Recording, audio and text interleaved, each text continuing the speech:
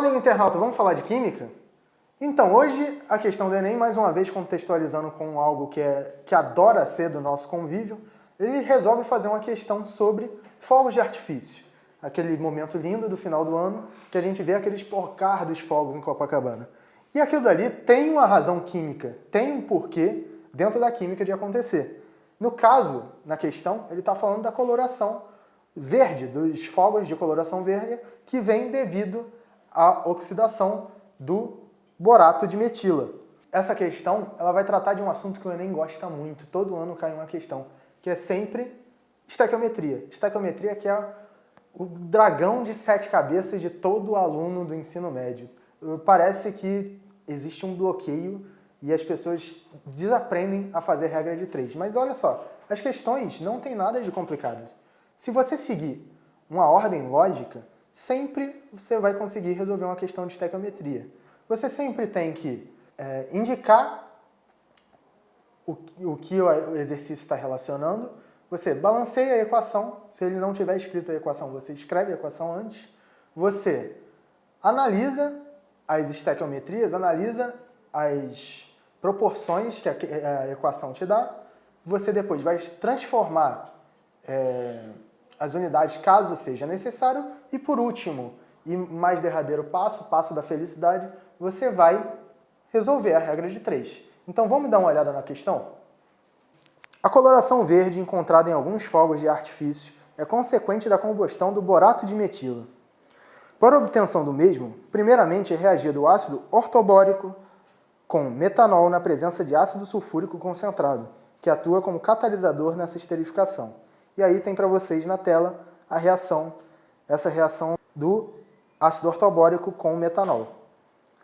Este éter é muito volátil e ainda é inflamável queimando rapidamente, segundo a segunda equação, que aí tem a combustão do borato de metila. Durante sua combustão aparece a chama verde, que é o efeito que é visto nos céus durante as festividades. Em um desses eventos foram utilizados 7 mols do borato de metila para um show de fogos de 15 minutos.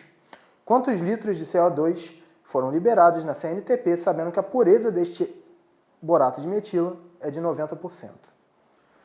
Então, olha só, gente. A gente tem que resolver uma questão de estequiometria. Então, a maior dificuldade que se percebe é a passagem da linguagem escrita para a linguagem matemática. O problema não é na química, na estequiometria. Então, olha só. A linguagem escrita diz o que para você? Que 1 mol do borato de metila reagindo com 9,5 mols de oxigênio dão 1 mol do ácido ortobórico, 3 mols do dióxido de carbono e 3 mols da água. Então, olha só, ele diz para você no enunciado que ele está relacionando mol com volume. Então, você tem que fazer a conversão do cara que está em mol. Ele dá para você 1 mol de borato de metila, reagem dando 3 mols de dióxido de carbono.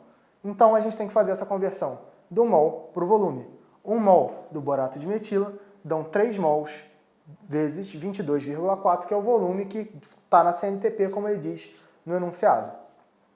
E aí ele fala que 7 mols do borato de metila vão dar um valor X. Só que esses 7 mols eles têm uma pureza de 90%. Então, sempre que a gente fala que tem pureza, significa que não é o 100% dos 7 mols que vão reagir. O que vai reagir é 90% desses 7 mols. Você tem duas opções. Ou você faz uma regra de 3 anterior para achar quanto é 90% de 7, ou você joga um 0,9 aqui, por quê? 90% é a mesma coisa que 9 décimos, que é 0,9. Então você multiplica esse 0,9 aqui.